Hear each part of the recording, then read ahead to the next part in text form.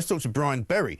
He's the CEO from the UK's largest construction trade body, the Federation of Master Builders. He's going to tell us what he thinks of the second reading of the housing bill, because basically a lot of people are seeing it as Rachel Reeves trying to sort of buy off an awful lot of rebels inside the Labour Party with £2 billion for social housing. The big question really, Brian, a very good morning to you, is whether there's any capacity in the business to build this number of houses, because I hear from an awful lot of people in construction that there simply aren't enough people, there aren't enough builders, there aren't enough sort of hours in the day, if you like, to put all these houses up. What do you reckon? Yeah, Mike, you're absolutely right. To build 1.5 million new homes, it's estimated we need 250,000 extra workers to come into the building industry. And we've already got a skills crisis in the building industry. We've got a shortage of all the key trades, particularly bricklayers and carpenters. So that's a mammoth challenge to build 1.5. But we are not anywhere near that figure at the moment. You know, the government would need to be building 300,000 homes a year to meet its own target. At the moment, it's about just over 200,000. So that takes some of the pressure off. Because there's obviously a lack of demand at the moment in the market for people getting onto the housing ladder. So the government is very focused on housing as the main vehicle to generate economic growth, but we're not seeing that at the moment. And what about this idea of building more social housing? Because I suppose if you were saying, you know, there's not the demand for the housing because it's too expensive to a large extent for a lot of people to afford, will social housing help or not? Yeah, it's interesting today, isn't it? We've seen the announcement of the extra £2 billion that the government has said is available for social housing. They've said social and affordable. They're talking about 18,000. And having looked on the government's website, they're saying they're hoping that half that number would be for social housing. That gives us an extra 9,000. There are 1.6 million people on the social housing waiting list. So it's a step in the right direction, but it's a small increment in terms of what needs to be done. I understand there's going to be a further announcement in June from the government about social housing. The last time we built 300,000 new homes was in 1969, 1970. And we did that because we were building a lot of social housing in the post-war period. And that stopped in the late 70s, early 80s. So we've never regained that high level of delivery since that period. So it's a mammoth challenge to build 1.5 million over the next 4 years. Right. Bridget Phillipson the other day was announcing a £600 million grant to train people up to be electricians and bricklayers and plasterers and all the rest of it. Some people said to me that's nowhere near enough money to do that kind of thing. Well, I mean, is that going to... But and again, it's going to take a few years, isn't it? Absolutely. Look, this is a good announcement. At least they're talking about encouraging people to come into the building industry. We've had an issue where people being encouraged to go to university and not actually learn an apprenticeship. So it's good we're hearing the ministers talking about being a brickie, because it's a fantastic career for young people. But that money really is a small drop in the ocean compared to the underfunding over decades of our further education system. Lots of colleges are underfunded, and we need to actually get vocational training on a par with higher education. So it is a forward step, but you know, we are going to have to struggle. We'll struggle, I think, to get enough people coming in, but also finding enough employers to take on the apprentices.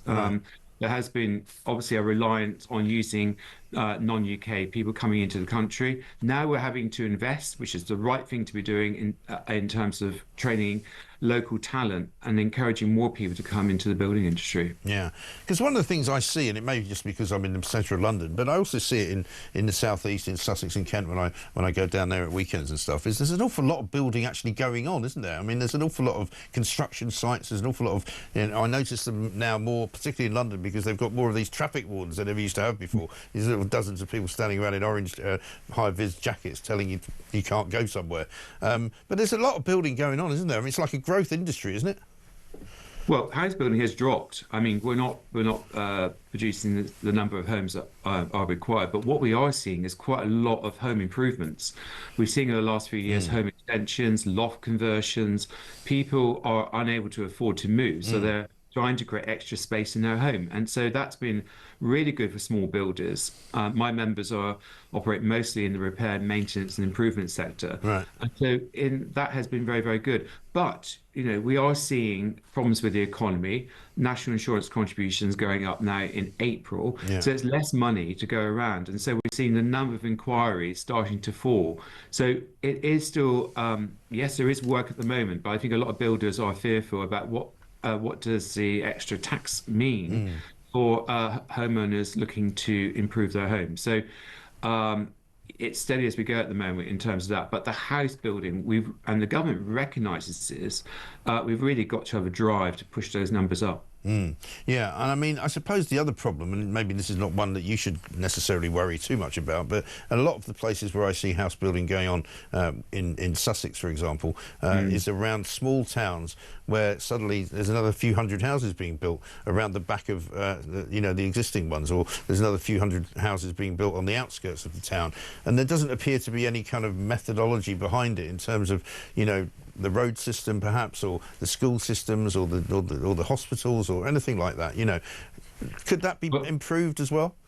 Well, Mike, I think you've touched on something where we're seeing market towns where thousands of homes built around the edges with no sense of placemaking, Right. no shops, no local facilities, car reliant, which is not really helpful.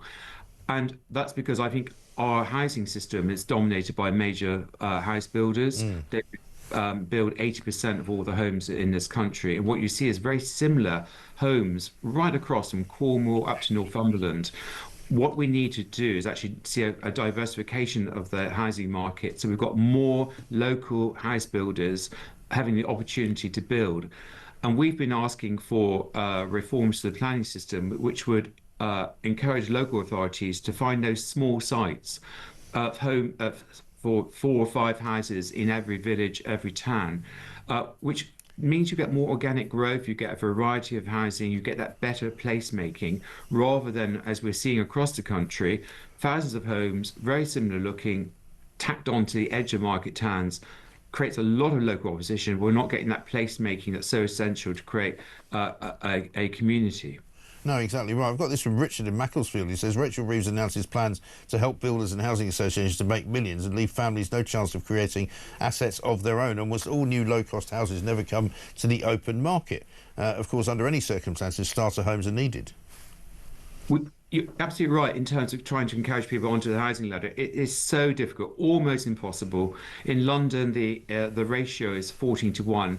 That was about 6 to 1 in the late 1990s. At the moment, there's no help from the government for first-time buyers.